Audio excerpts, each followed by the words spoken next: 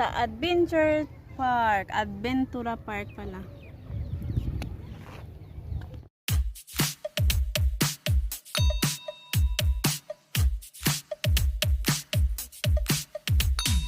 Oh, where have I been?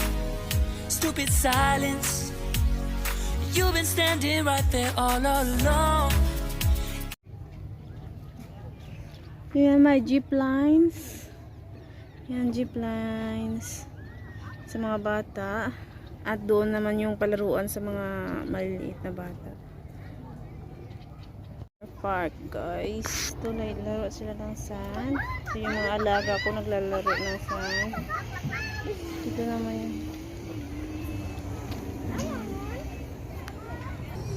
Nandiyan. Ito yung, this is the fountain area for the kids. Yeah. Yeah.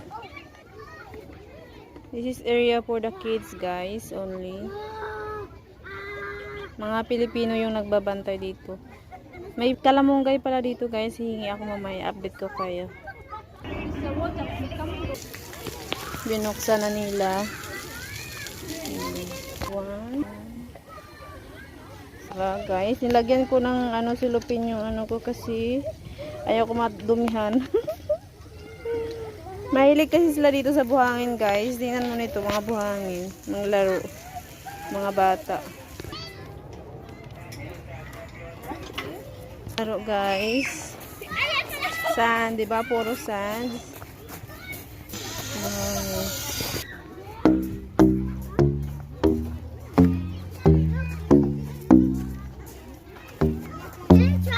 Okay.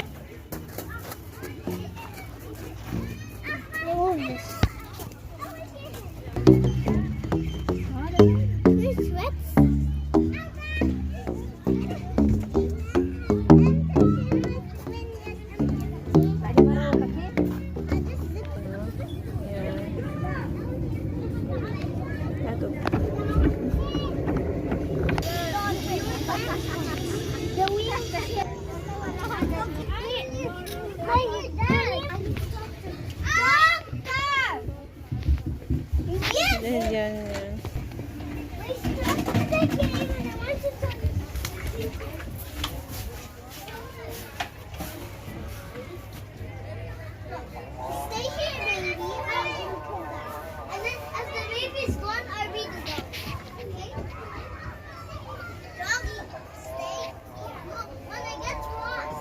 Adventure Park, the Dubai Park. Ah?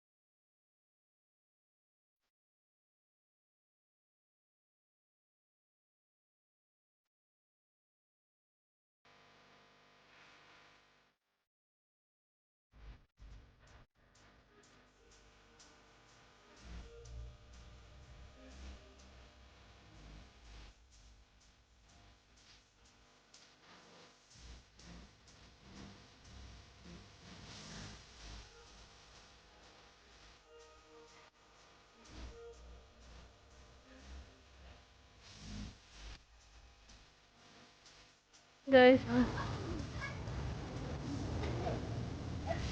cute, they're playing.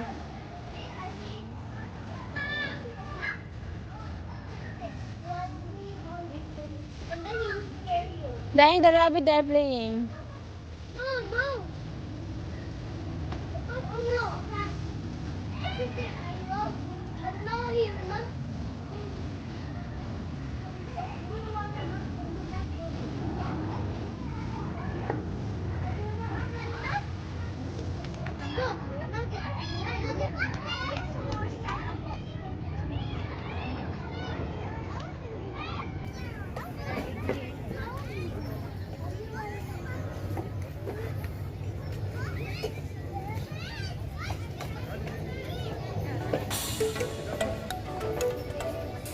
Bye guys.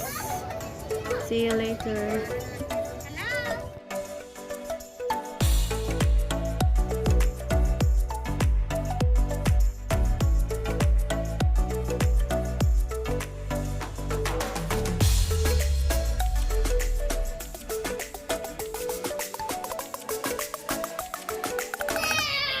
Ang ganda naman.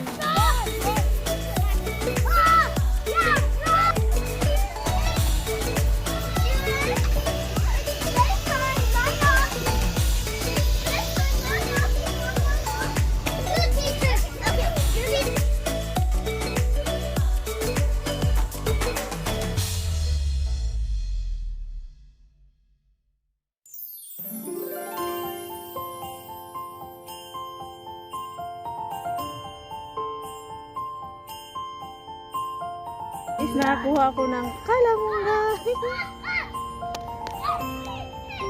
Nang harvest ako ng kalamunga guys. Mayroon silang mga tanim dito. Dati hindi ako nakakuha kasi bawal. Ngayon nakakuha na talaga ako. Nagpaalam. Miss ko na to. Bye guys. Hello guys. Dito na po ako dito na kami sa bahay. Kakarating lang namin. Ngayon po ay December 19. Sunday. Linggo po ngayon. Happy Sunday po sa ating lahat. Kakawi lang namin. Pabalik-balik siya. Oras ngayon 10:30 na ng gabi. Kaya nandito ako nakatambay sa tambayan ko sa bagong bahay. Dito kasi nasa sala kasi ako natulog. At saka nandun pa sila sa salon nanonood ng TV or basketball. Dito ako nagtatambay. Dito ako nagtatambay guys. Yan yung pintuan sa kusina. Yan. May ilaw pa doon. Yan. Bukas pa. Kaya mamaya-maya na ako papasok sa loob. Mag-iidid ko muna ito at i-upload para ready na, diba? Thank you for watching guys. Sana ingat po kayong lahat at advance Merry Christmas sa inyong lahat. Thank you for subscribers at sa pag-like at sa pag-comment. Salamat po. Ito po yung buhay ko araw-araw sa Dubai. Sa mga napitahan sa Bagyong Odette, sana mag-ingat po kayong lahat at makakasurvive din tayo. Makakasurvive din kayo. Okay lang na mawala yung bahay, basta hindi lang mawala yung buhay natin. Importante yung buhay kaysa sa bahay na mawala. Ang kayamanan, mawala lang yan. Pwede yung mawala. Kasi, madali natin yan makikita. Pero yung buhay, hindi na natin yan maibabalik pa. Diba? Kaya, kailangan ng nating maging open-minded sa lahat ng mga nangyayari sa ating buhay.